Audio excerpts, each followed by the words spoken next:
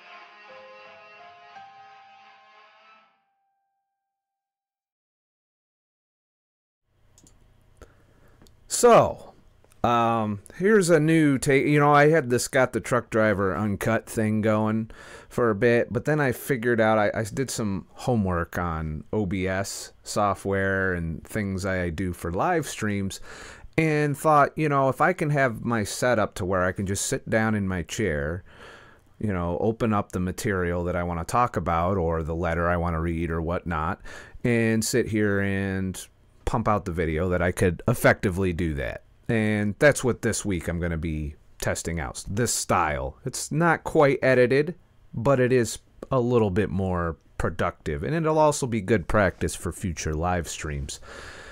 Now, Dave in MSP has been sending me some trigger articles that I think he knows that these are going to trigger me in one way or another.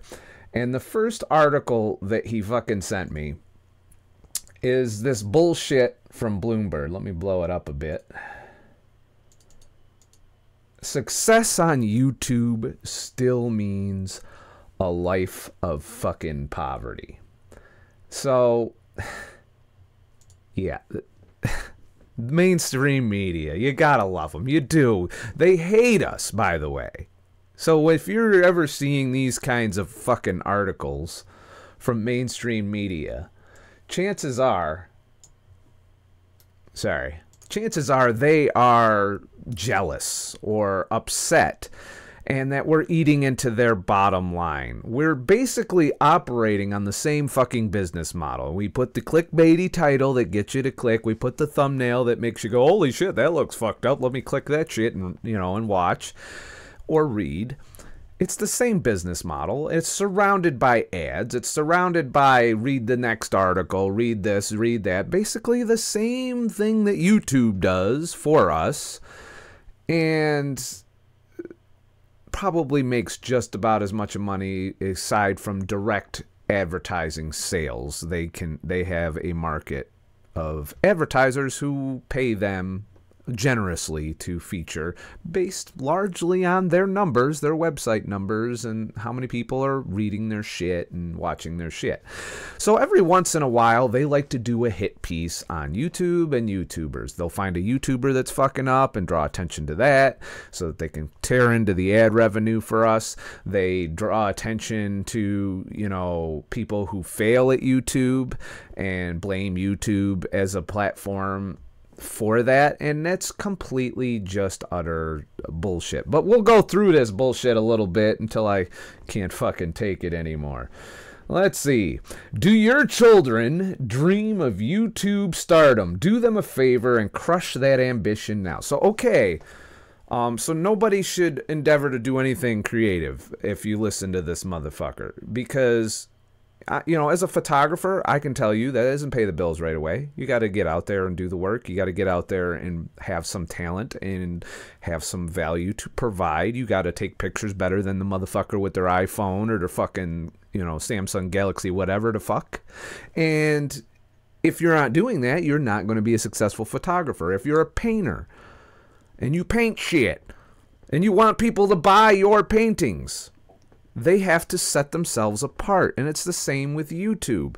You have to, you're not just being a YouTuber. You don't just turn on the fucking camera, run your mouth about your life, and suddenly have millions of subscribers.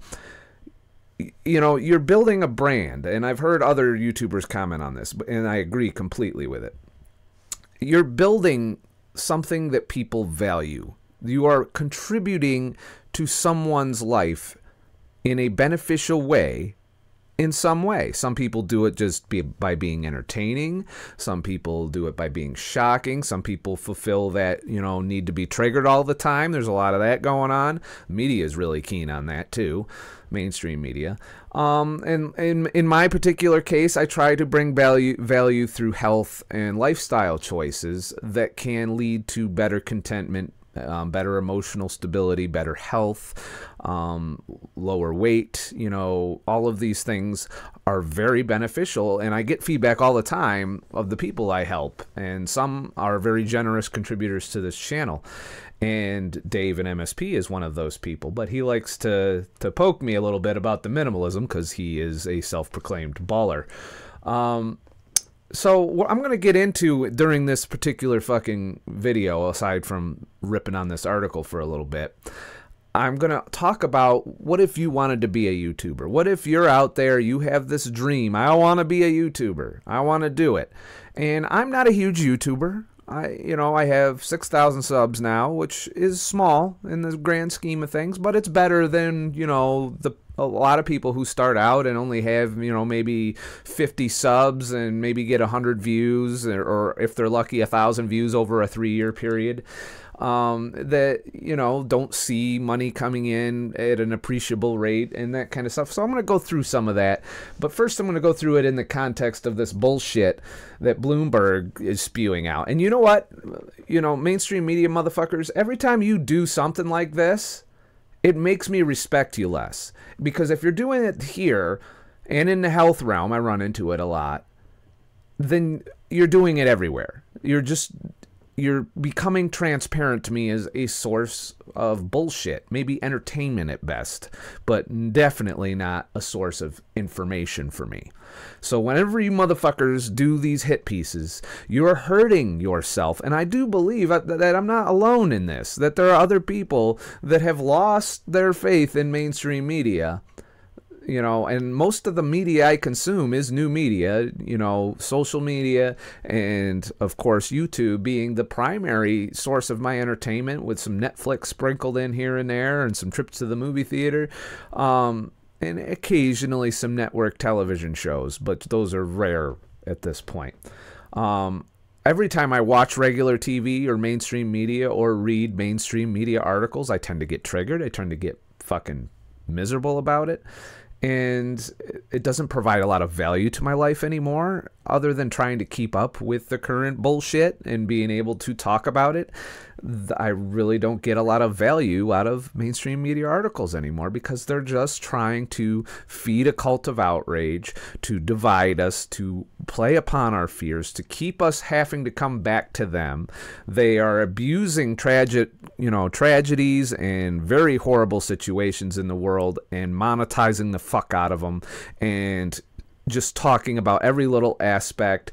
They're causing division. They're causing victims to be more upset than they otherwise probably would be. They're not allowing people time to mourn in peace.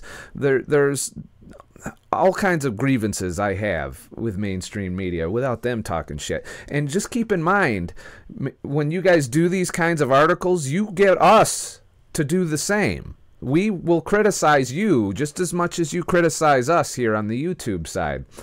So getting down to it, New research out of Germany, billed among the first to review the chances of making it in New Hollywood, shows a vanishingly small number will never even break through, just like in the old Hollywood. Well, the difference is between YouTube and the old Hollywood. In the old Hollywood, and I do know a little bit about this, you have to pitch. You have to come up with an idea, you have to create it, and then you have to sell it to somebody who will finance your project.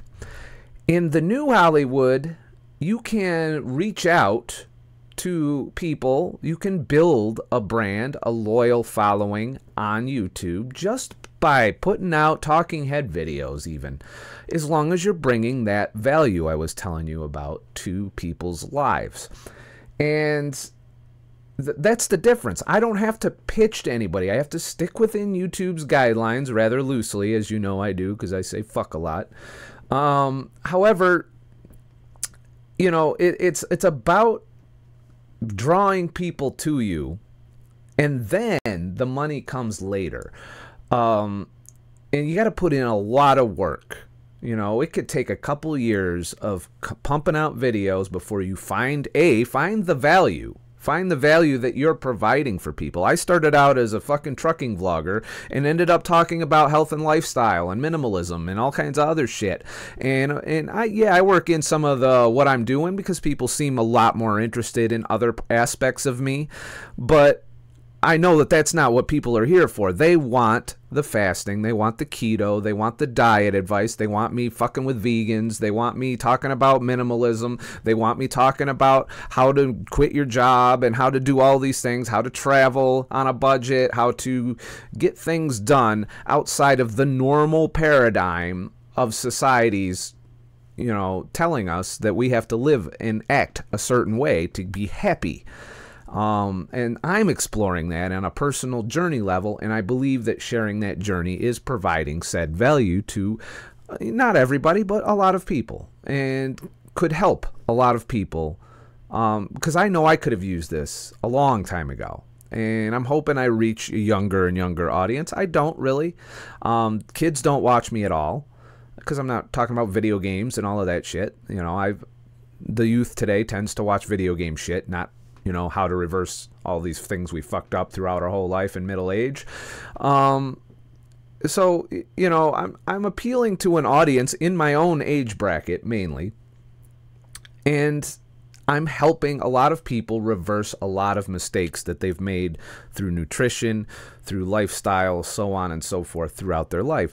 I've been mainly focused on nutrition and fasting and that stuff, and minimalism kind of takes the sidebar, but I do delve into it, and this is a minimalist perspective on this issue, by the way, which I will mention as we go on here.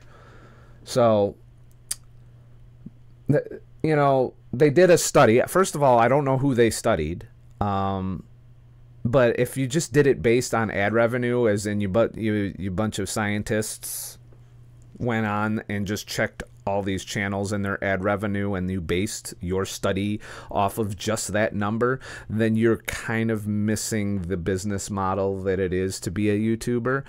You cannot make a living just pumping out shitty videos that don't mean a shit ton to a lot of people and relying on that little ad revenue as your only source of income. There is a lot more that goes into this. It becomes a full-fledged fucking business. You have to market. You have to share. You have to share on other platforms. You have to have support from other income sources, whether it be through Patreon, whether it be through generous donations, whether it be through your own website, whether you're selling products, whether you're an affiliate marketer and you put links from Amazon in your shit.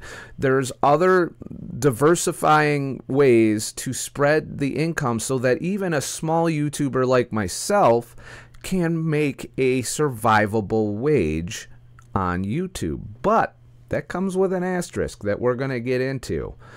But I just want to address the fact that if you're going off fucking ad revenue alone, then your study was completely bullshit. and flawed and missing some very important other aspects, because there are plenty of small non-PewDiePie motherfuckers out here making a living full-time on YouTube. I watch quite a few of them whose subscriber count is under 50,000, who gets maybe 10,000 views per video, that is doing it full-time because they're able to survive with the income that they derive, but not just from ad revenue. Ad revenue alone isn't going to pay the bills. And a lot of people will be like, well, why not? YouTube should fucking pay. YouTube is providing a service for us, a very valuable service. It is putting our videos in front of people. People come into YouTube, they search for something, YouTube offers up our fucking videos. That is a valuable service. You would not be able to build a subscriber base without YouTube providing that service. So, you know, YouTube takes a huge cut of the ad revenue, obviously, for that. They're also hosting these videos. Some of these videos I upload are 20 gigs in size. I cannot find another provider that would host that amount of video without charging me astronomical fucking fees, or me having to set up my own server, which is a full-time job in and of itself. So YouTube has wrapped all of that up in this nice, neat little package for all of us to jump on here and create content on, with the obvious benefit of them being able to make money. So I have no quarrel with the amount that YouTube takes in return for this. I do have other quarrels with YouTube. They have bad communication. They tend to overstep when they, you know, want to discipline bad actors, and they end up disciplining everybody who maybe didn't do anything really fucked up. And there's a lot of wishy-washy things going on other areas of YouTube. But as far as the money they pay us versus what they do for us, I'm okay with. But that being said, unless you're a PewDiePie motherfucker, one of these other, I keep citing him because he used to be on top. I don't know who's on top nowadays. Is it Logan Paul now? You know, even with all his bullshit, and they've demonetized him. Guess what? He's not skipping a beat. You can't rely on ad revenue. Ad revenue doesn't, you have to build the business. You have to build a brand. You have to have a following. That following has to value what you do, and you have to provide for people. You have to, even if it's entertainment, but you got to keep in mind the landscape as well.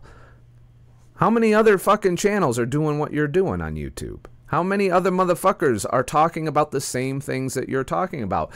I tend to bring my own, you know, down to earth, and I say fuck a lot, and I spread the word in my own way, along with my own self-experiments and my own personality quirks that seem to bring an entertaining side to an otherwise, you know, I've watched some boring shit when it comes to keto, when it comes to fasting. I've been bored out of my fucking mind sometimes. And, you know, it's important to think about what you are bringing to the table in the particular topic that you want to do videos on, if you want to be a YouTuber for a living. So, whatever. Breaking into the top 3% of most viewed channels could bring advertising revenue, which this is kind of, you know, telling about their study, bring advertising revenue of about $16,800 a year. Okay, I can tell you I easily make double my, or not double, I make about the same in, you know, user contributions outside the website, you know, outside of YouTube ad revenue, affiliate marketing. I make about the same, so you could double that pretty much. If I keep on my current trend to where my user contributions, my podcast sales, all of that, you add all of that up, and then you put the ad revenue over here, it's pretty much you double the ad revenue. And that's where I've been at income-wise. It's why I've been able to put out a video every fucking day. It's why I'm surviving just, you know, fine. It does have feast and famine moments like any other business. Like photography has a lot of feast and famine moments. And So it's that level of diversification that can enable even somebody like me with only 6,000 subscribers, and I say only, but it is a pretty big number for that I expected to ever have. And so yeah, I would take my situation, and if I were to apply it to that average income of the top earners, I don't know where they get that from, 16,000. So I'd be making 32, 35,000 a year. Now, as a minimalist, that would be balling. All right, I'd be a baller at that point. Right now, I'm making ends meet. I'm doing the things I love doing. I'm working a lot, and I am probably below that number even with the user contributions right now at this point. I probably make maybe 14,000 a year currently on my current trend from, you know, just being a YouTuber, which is obviously why I do Uber on the side. I have a part-time job at a bar. You know, I supplement my income, but I know I won't have to supplement my income forever if I continue to grow the channel, and that I could become more and more focused on this. I also have my photography gigs. I occasionally get client shoots. I occasionally get trips to exotic places because of my photography. So these are, you know, other things to think about if you're going to be a YouTuber. But we're going to get into that after this article, I know. So if you're, let's see, that's a bit more than the U.S. federal poverty line of 12,140, which I am probably currently under the poverty line. But let me comment on that from a minimalist perspective. One of the things that has been integral to me becoming a YouTuber, to being able to put the time in necessary to do the work, was downsizing my life. That poverty line is kind of subjective. If your basic needs are being met, shelter, food, clothing, and some would argue transportation, I have all of those. I, you know, can occasionally do fun things, and my fun things tend to not run on the expensive side. I've been able to reinvest in gear for my business. I've been able to upgrade my vehicle even during this period where I went from 60,000 a year down to the poverty line. And I did so because I downsized my life. I pretty much crammed myself into a little room. I have a nice vehicle now that I'm paying on. And it's become all about managing the outgo instead of the income. You know, everybody wants to keep making more money, and then at the same time they spend more money, and you never get that surplus. I try to go extensive lengths of time without spending a penny. You know, I'll let it pile up for a while, and then I'll assess if I want to reinvest some of it in the YouTube channel or in the photography or whatever, because those, you got to keep reinvesting in your businesses to grow them. I've upgraded gear. You guys have seen over the past few weeks, I've worked on trying to make so I can travel easier and still do the channel and prepare in that aspect of it. You know, and I've done all of this at this alleged poverty line. Not to mention I've had a more happy, fulfilling life. If a friend wants to hang out, I can say, okay, I'm going to come hang out. And then I work when I'm not hanging out. I can work when I want to work. I've structured everything I do, with the exception of the part-time job, which only takes up one night a week. And the rest of the nights are optional because I'm a fill-in guy. So I can either volunteer or not volunteer to do it. You know, I've structured my life in a way where I'm completely in charge of my time. I decide how much time I give to a given, you know, income stream or a given level of work. I hit Uber pretty heavy last week, even though I didn't have to. You guys have been very generous in the past week. We're going to get to that. I haven't updated the credits yet, but that's going to come in the next video's credits. I still have one more run of the February credits. So, you know, but why did I do that if I could have just, you know, sat on my ass and relied on, you know, those contributions and just doing YouTube for the day. And no, I did YouTube for the day.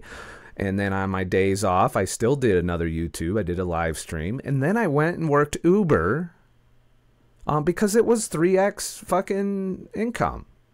There was a shortage of drivers and a massive surge in people that wanted to go places, and that is $34 an hour I made. Which, by the way, since we're on that subject, Dave was also nice enough to send me this hit piece on Uber, because, apparently MIT and all these other institutions want to do studies that tear down, businesses, and, they're propagating this thing. And I know I'm going to hear it in my comments whenever I mention Uber, that you only make minimum wage, motherfucker. Well, guess what? Friday, I pulled in $34 an hour on Uber, and I worked a pretty sizable shift. And so you're going to say, well, if you got all these people contributing, why do you still do that? Because they're not everybody's going to contribute forever. I do not like having not a certain amount of money sitting around. That's part of the deal. You need to have a buffer for when the famines come. And there are famines. But, Uber's been taking a lot of shit. And to be fair, they've kind of sucked at public relations. They've kind of had a shitty attitude in a lot of places in the public eye, and that doesn't help when these little hit pieces come out. Keep in mind, there's people that have a vested interest in Uber going away. It has changed the landscape of the transportation industry. But at the same time, Uber works for me as a YouTuber because I can do it when I want to. I can do it when things dip. Ad revenue sometimes dips. Contributions sometimes dip. And it's important to have a buffer, a little self-insurance policy against famine, which is where you don't get a lot of money coming in. That is something that is essential to becoming a YouTuber when you first start out. So to me, Uber is a nice fit for being a YouTuber because I can do it when I want to. I don't even have to do it. There's entire weeks where I don't even bother with it. It depends on how the month's going. It depends on how things are looking. And if they look like it could suck, then I'll go out and do some extra piling of some money. And I'm also using it to pay for the vehicle. I'm using it to pay for all of the upgrades that I've done. I got a 360 camera that wasn't cheap. I've questioned that purchase, but I think I'm going to keep it. And, at the same time, I'm selling off some old gear to help pay for that, offset that. But I constantly pay for these things by outside the market of YouTube. YouTube takes care of my day-to-day expenses. It takes care of my food. It takes care of the roof over my head. It takes care of all my bills. And that allows me to survive. I don't have to go work Uber, but if I want to do anything above and beyond survival, I go work Uber. If I want to go out to eat or go out and splurge on a movie or something, I go and work it off on Uber. And there may come a time in my income level where I don't have to do that, and I do hope that time does come so that I can just focus on YouTube. But at the same time, I know diversification is a key to survival in today's society. And having income streams and backup plans is essential if you're going to get into something. Because even if you are a successful YouTuber, you can fuck up and end it all in just one video.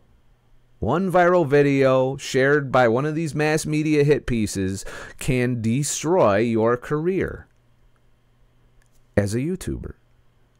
We're out here in the public figure, and if you say something that the mass public does not like, you are done on the platform. You're done as a public figure in most cases, depending on how fucked up or stupid the thing was that you did. So you got to have a backup plan. That's another thing. I haven't done this without a backup plan. And at the bottom of the backup plan is getting back in the truck, because I do always have my CDL. Of course, being a public figure could fuck that up too. There might be people that wouldn't hire me because of my videos. I don't know. These are all things to keep in mind. Have a backup plan. So enough of that Uber bullshit. Let's go back over to the Bloomberg. All right.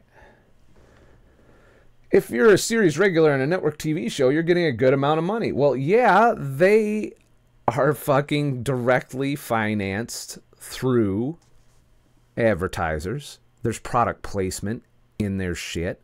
And those advertisers have a lot of control and a lot of say over the content. That's the problem I have with media. And it's creeping into YouTube a little bit with this ad revenue shit. And that's why many big YouTubers have diversified. Philip DeFranco comes to mind. He's been selling t-shirts I don't know how fucking long, and mugs and all kinds of shit. He's got DeFranco Elite, which is another name for Patreon. He's got, you know, all of these products that sponsor directly through him, you know, or he affiliate markets certain products, and he'll even have little in fucking video things. He has diversified his income, and he is successful enough with that diversification that he can employ people. He has employed researchers. I wish I could. He has employed editors. I wish I could. He has employed other vloggers to create, you know, kind of back reels of shit. I wish I could. You know, it's hard being a one-man band sometimes. You know, could I someday? I don't know. I don't know how valuable what I do is to the world. That's ultimately what's going to determine where this channel goes. But, you know, the fact remains is you can't just put a video on YouTube and expect the views to come, and there is a whole lot of work that goes on, a whole lot of admin, a whole lot of editing, a whole lot of trying to put out a decent video. You know, a lot of people say it's okay, just turn the camera, you don't have to edit or nothing. Well, I do believe editing and thumbnails and all of that contributes in bringing in new people. You got to catch people's eyes for them to even take a look at you to begin with, and it's before you even say a word on camera that happens. So there is a certain amount of marketing that goes into, you know, beyond just the search algorithm of putting keywords and all of that shit in your description.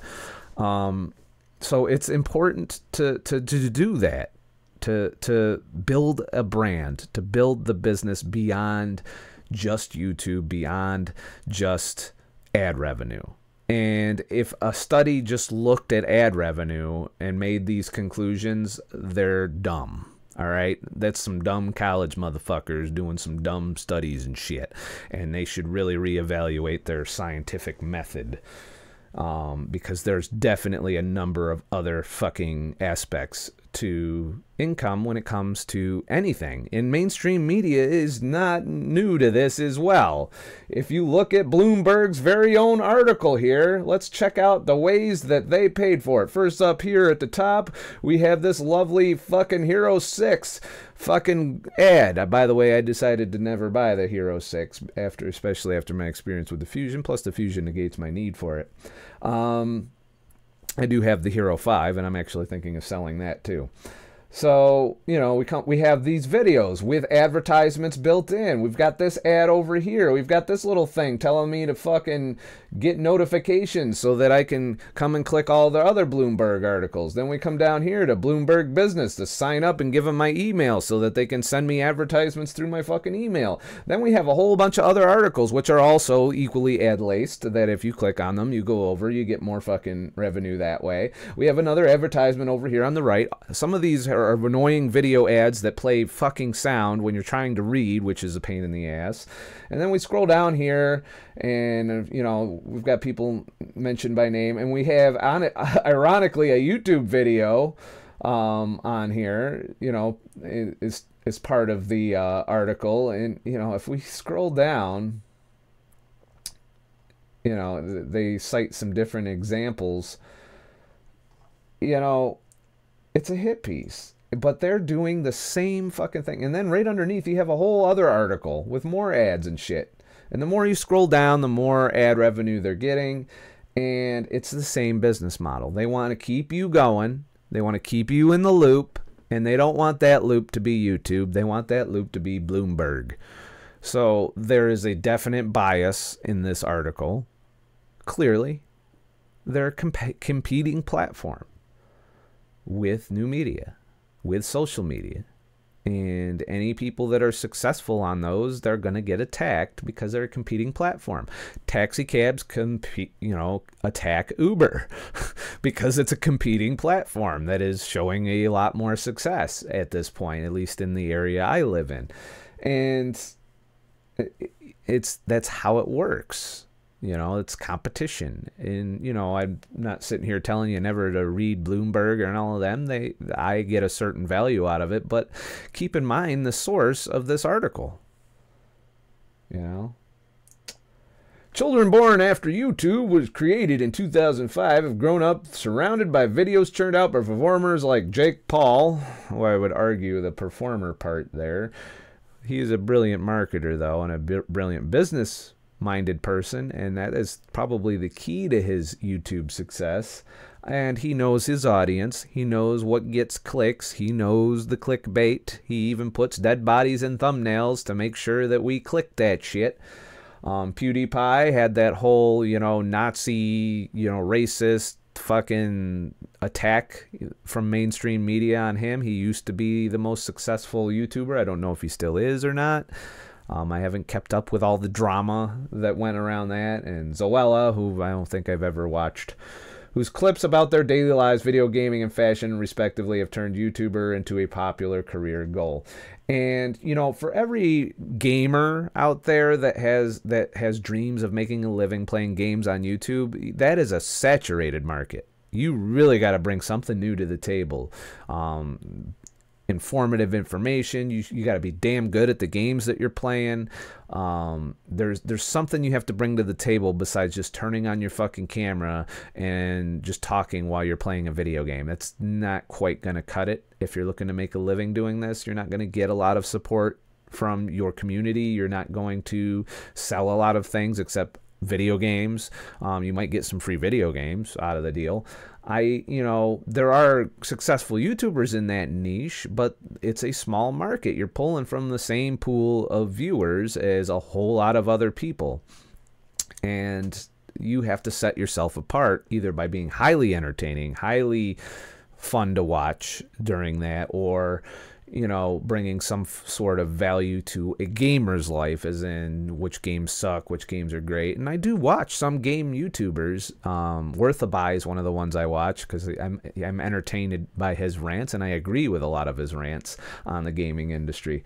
So a lot of kids are watching, that kind of shit, and they're like, well, I want to be a YouTuber too. He sits around and plays fucking video game. What they're not seeing is the amount of marketing that has to go into those videos. Editing is a thing. It's work to create content.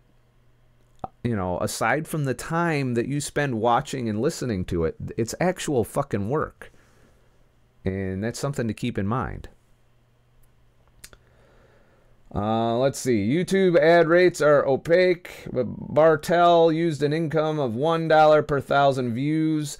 I myself have seen up to $8 per 1,000 views. It fluctuates. It depends greatly on these little adpocalypses that happen, and I have seen it dip down. Right now, I think I'm currently making anywhere from $10 to $15 a day on ad revenue, which isn't much. Not a lot. And it's also not the bulk of my income. It is a stream that goes along with the other income streams I've added to diversify my income. Because if I were to rely on the EKG looking levels of ad revenue that are coming in, I would be very stressed out on when my next meal was coming in and so on and so forth. My ad revenue has been ticking up the past month. Which is nice. I appreciate it. Thanks, YouTube. But I still will not rely on that as my safety blanket, my security, that if everything else went to shit, that I'd still have my fucking ad revenue. The great thing about ad revenue is you keep getting paid for work you already have done. If I had no contributions, I did nothing else, the ad revenue is still going to come. as long as my videos stay relevant, as long as people are watching them, as long as it's bringing in new subscribers and people are commenting and liking and doing all of that, that ad revenue will stay the same. And I think part of the algorithm is I have to keep producing. YouTube wants you to keep pumping out videos. I think that's pretty clear. So, you know, I'm not even going to bother. You're welcome. The link to this article will be in the description of this video, but I think I'm done addressing that. Now let me talk about, for those of you who feel disheartened by this kind of media coverage and this kind of thing, that maybe want to do, I know people that are following me that would benefit a lot of people just by sharing their stories, their before, their after, their pitfalls, what they did to lose the weight, what they did to reverse their disease, to increase their health, to improve their lifestyle, to increase their mental health.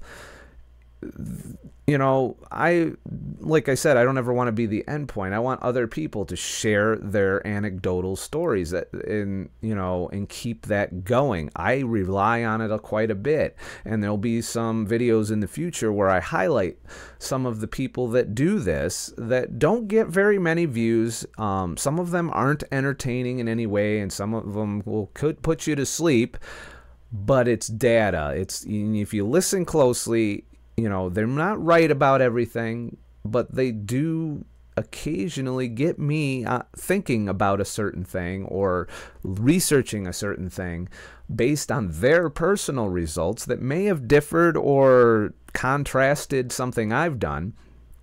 And it's important that those are out there. And so if you want to get started on YouTube, and this is advice not just to those, but to anyone who wants to start on YouTube, it's, first of all, you got to understand what you're committing to. You're committing to a lot of work. Some of my video productions last 12 hours in total work for a 30-minute video if I'm lucky. Granted, I'm long-winded. I can talk for a while without a lot of editing. So that is why I can do longer videos. Some people do such high production quality videos that you could churn out a 15, 20-minute video, and it could take you 12 hours to edit and render and upload and do all of that. I've been working hard to streamline the process to make it easier for you guys to watch my shit. And that's kind of where we're at with this. I want to emphasize that you're committing to a lot of work without a lot of money in the beginning. And you have to bring people to you. And that goes beyond just YouTube. You have to, set yourself apart from the niche that you are trying to reach, the audience that you want a piece of. People don't have infinite time. They're giving you their time. What are you giving them in return? You should ask yourself every fucking video, what is this video doing for people? What value is this bringing to someone's life? For example, if I were to apply that question to this video, I'm debunking an article. I am telling you that you can pursue this as a career, and I'm going to give you some tips on how I did it and some things I think you need to do in preparation if you wanted to do this. The first thing is acknowledging the work and being willing to do the work.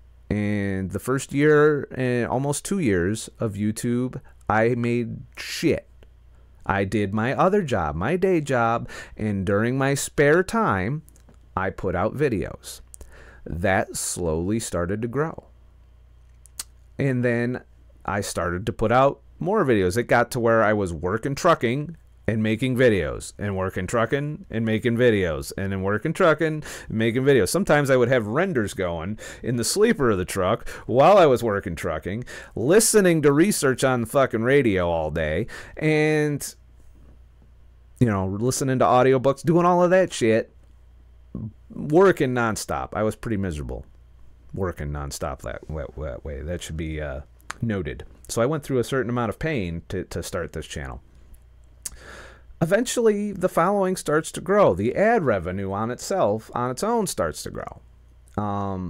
And at first, I was like, okay, ad revenue, yay, I'm going to be a YouTuber someday, but not now.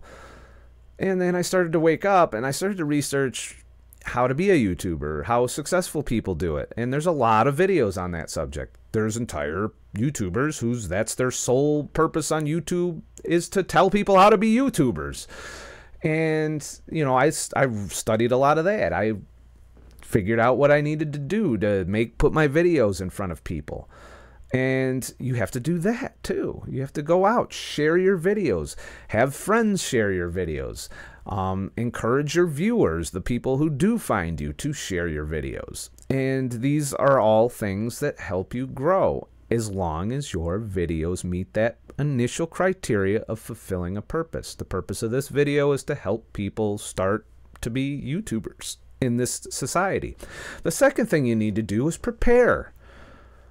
You know, you have to downsize. You're not going to make what you're currently making even in your corporate job. Even if that corporate job is minimum wage, 40 hours a week, you still might not be pulling that in. And I would argue you shouldn't start this until you either have a second or third backup part-time income stream, but you should also have a buffer. You should have a backup plan in case you can't survive. You should have some funds set aside to get you through the famine periods. You should not be in debt. I broke that rule recently, but when I started out, I wasn't in debt. You should downsize your life so that you could live comfortably on that poverty line. That could be moving in with roommates, you know, or moving in with family. That could mean getting rid of a lot of things that you don't need to pay for the room and the space to store or to spend the time managing, which frees up a lot of time to make videos. There's a whole lot of things to change about lifestyle that I did that made this probably wouldn't have happened or been possible had I not made those changes. If I still lived the same lifestyle on that I lived on $60,000 a year, and tried to do it now, I would be broke. I would feel like I'm at the poverty line. Poverty line is a matter of perspective. It's basic needs versus wants. It's happiness and contentment versus stress and anxiety. And I am not worried about my next meal. I am not worried about my bills getting paid. I didn't put all my eggs in YouTube's basket, and I won't. And you can't. But it's like that with any business. As a photographer, I didn't put all my eggs. I tried to be just a photographer at one point, and it was very stressful. It's not knowing if you were going to make enough money month to month to pay for everything, to eat, to keep gas in the car, to do things. By diversifying, you lessen that significantly and can ultimately eliminate stress. So don't let the motherfuckers get you down. But I'm not here to tell you it's easy either. It's not a straight up everybody can do this thing. It does take a commitment. It takes work. It takes perseverance. You might fall on your ass and make shitty videos. I've made plenty of those. Some of them I kept. Some of them I've deleted because I'm done with that part of this channel. But it's about keeping perspective. And it is pressure to keep putting out good video after good video. But not all of them are going to be good. Some of them are going to flop. Some of them are going to be bad ideas. Some of them are going to get thumbs down. Some of them are going to get bad comments. I've been fortunate enough that I've had a largely positive response to most of my videos. Not all of them. My 360 videos you guys take shits on. I get it. You know, there's videos that only get 300 or 400 views. And then I know that that's A, not bringing value to anybody because nobody's looking for that. And not even my subscribers are willing to watch them. You know, and you have 6,000 subscribers and you have a video that gets 400 views. That means that video sucked. You know, or people just weren't interested in the topic you were discussing. And that's a good way of figuring it out, but you shouldn't make like shitty video after shitty video after shitty video. You should say, well, why did that video suck? And ask that question of yourself. And it could take a few years of trial and error to figure out what video works. And you'll know. the viewers will come in. You'll get a subscription boost. You know, a successful video. I've had successful videos. I've had videos that have had almost, I think, 50,000 views. And, you know, not every one of them subscribes. But it was a topic that people were interested in, that they wanted to hear, you know. And those videos were very lucrative. But not every video is going to be a hit out of the park, and you got to prepare yourself for that. You got to prepare yourself for criticism too. You're going to be criticized by everybody. People don't like what you're saying. They're not going to be shy. They're going to tell you you suck if you suck. They will attack. You got to be ready for that. You got to be ready for trolls. You got to be ready for all kinds of shit. You got to be pretty emotionally strong, I think, to be a YouTuber as well. If you can let this get to you. I don't really, you know, when people say negative shit to me through YouTube, I'm like, oh, whatever, fuck you, I don't care. You know, that's kind of where I'm at with that, and you have to be, because if you let it fuck with your head, you'll quit YouTube, because it'll suck for that reason. This isn't my first go at YouTube either. I did make a go at YouTube in the past, and wasn't as successful. I wasn't bringing value to anyone's life. I wasn't helping anybody. I was documenting being a trucker from my own weird, you know, narcissistic style that I did back then, and you know, it didn't work. And it became not fun for me. I had a lot of negativity come in through that channel, and I was like, you know, well, I'm not making money at it, so fuck it, and I'm not putting all this work and effort into something that makes me feel bad. And if this ever got to the point where it made me feel bad all the time, I would evaluate this in a similar way. But that's not the case right now. You guys have definitely you've let me know that I've helped a lot of people get through a lot of these problems and put people on sometimes life-changing paths via this channel. And that's the value I know I bring currently, and I continue to try and bring, along with sprinkling in some of my more fun, you know, laid-back videos, we'll call them. Adventure videos, that kind of stuff. I know that you guys don't want to see all that shit all the time. And some of you aren't even probably interested entirely in this topic. But it is a minimalist perspective on poverty. The poverty line, yeah, the U.S. government says you're poor if you make $12,000 a year. But if you're getting all your needs met, you're relatively debt-free, and you're able to maintain your lifestyle that you are content and happy with at that poverty line, I don't see a problem with it. It requires some sacrifices. You're not going to live in a big baller apartment by yourself at $12,000 a year. It's not going to happen. You got to have roommates. You got to live with somebody. You got to share expenses. You got to share things. You got to ride share in some cases, depending on your situation. I came into this with some money coming into it. I prepared. I downsized. I did everything necessary to prepare for a transition. I could have built up a bigger pad, but the boss pissed me off, and I walked in and I said, all right, bye, and launched, you know, feet first into this. And at first I was going to focus on photography as my main source, but you guys let me know, hey, no motherfucker, we want you making videos. We don't want you taking all them pictures for, you know, weddings and shit. We want you on here helping change lives. Which here I am, you know, making videos every fucking day. We're coming close to an hour here, so I better wrap this shit up, huh? This is the fulfill the long video request that I've been getting. So, the moral of the story is, do your homework, prepare, bring something to the table that other people in the genre of YouTube that you are targeting, they don't bring to the table. You need to set yourself apart. Like in any other business or any other creative endeavor, you need to stand out from the competition. There's a limited resource of people watching shit, and specifically on certain topics or entertainment wise, and you want to reach a lot of that market, and the only way to do that is to do something better than the other guy, or to do something different from the other guy. Because they can just go to the other guy. The other guy's already there. Other guy's got fucking production team and researchers and all kinds of shit. And that's who you're up against. That's who you're trying to take views away from. You know, not everybody is like me and watches YouTube most of the time. Some people have time when they're taking a shit, or, you know, they're on break at work, or, you know, what have you. Or they're doing other things and they just videos playing in the fucking background for noise. You know, that's your pool.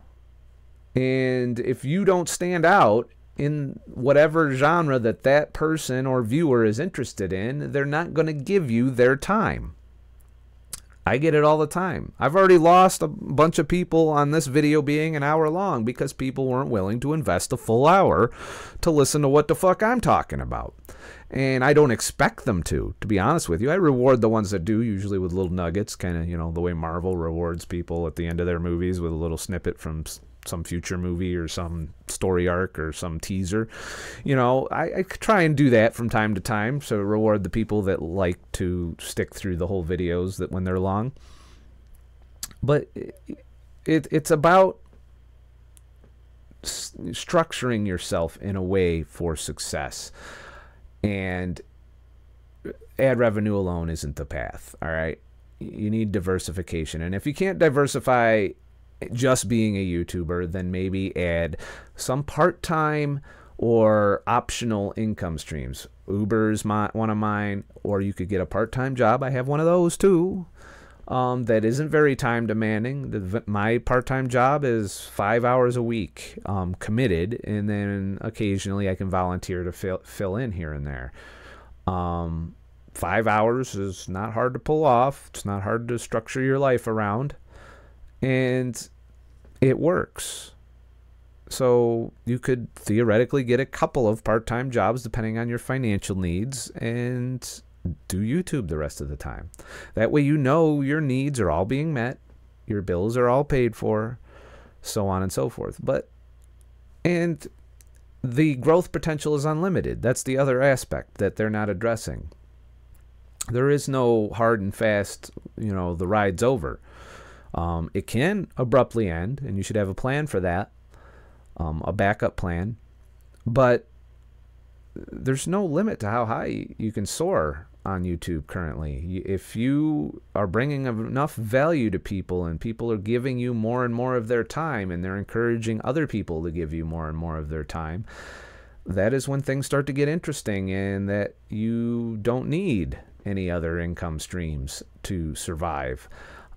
However, if you look at the big YouTubers, the ones that have reached that point in ad revenue alone, they still diversified because they spent more. They increased their production quality. They bought new equipment. They bought studios. They bought people. You know, they paid people to do all the more menial tasks of video production.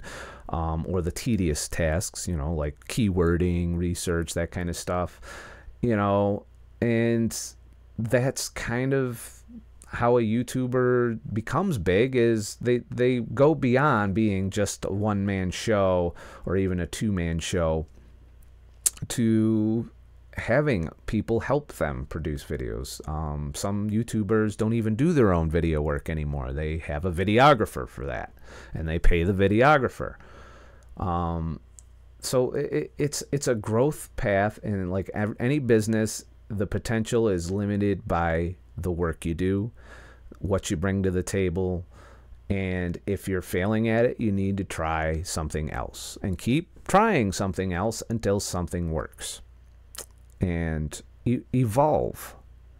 If you've been doing YouTube for 2 years and you haven't started to increase your subscriber count and haven't started to get, you know, 1,000 views on a video, then you need to think about, why not? What am I failing to bring to the table? Watch other people in your genre. Look at the successful people. What are they doing?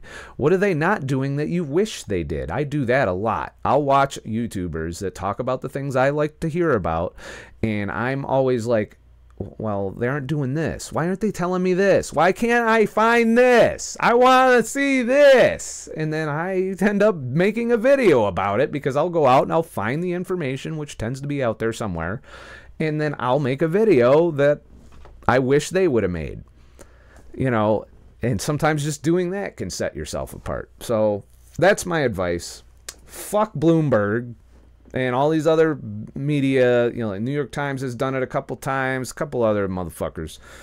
You know, they're competing. They're competing platforms, and they're going to attack us. And we, of course, respond in kind. And all the big YouTubers that keep up with this shit do respond to it occasionally and in a very influential way. So stop fucking with us, mainstream media, and we won't have to make videos like this. Just saying. But thanks, Dave and MSP, for submitting this triggering process along with the little Uber thing. I appreciate it. But what the fuck do I know? Please like and subscribe for more shit, and I'll make more shit. I'm still sticking with the videos every day, too. I'm not a fucking expert. I'm not the greatest YouTuber in the world. I'm just somebody who's at the bottom of the YouTube world, making a survivable income via YouTube, but only because I'm a minimalist. I've reduced my income needs to the poverty level so that I can live comfortably at the poverty level currently. And I am starting to step a little bit above and beyond the poverty level as time goes on. And if I really wanted to really up it a notch, I could downsize the amount of YouTube videos I make and upsize the amount of other income streams I do and extend that income further.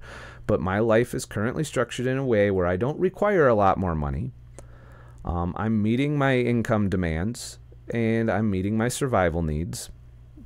And as long as I'm doing that, I can pump out a lot of videos and do a lot of research and, you know, answer letters and answer emails and answer comments. I'm doing the best I can. So, also, let me know in the comments what you think of this kind of non-live stream but streamed, recorded shit that I can produce a lot easier than an edited video. And also even have some other, you know, be able to switch screens and shit, you know, kind of like this, you know, or straight up to the screen, or, you know, there's all kinds of elaborate shit I'm learning to do with this software now that'll affect future videos and live streams. Also with the ability to easily roll credits without fucking up. So please like and subscribe. Visit ScottTheTruckDriver.com. Leave a few bucks in the tip jar if that helps. That'll help keep me from being further impoverished. And it'll also allow me to not have to rely on my other income as much to get the work done that I need to get done here for you guys. So there's that. Have a nice motherfucking day. Shit.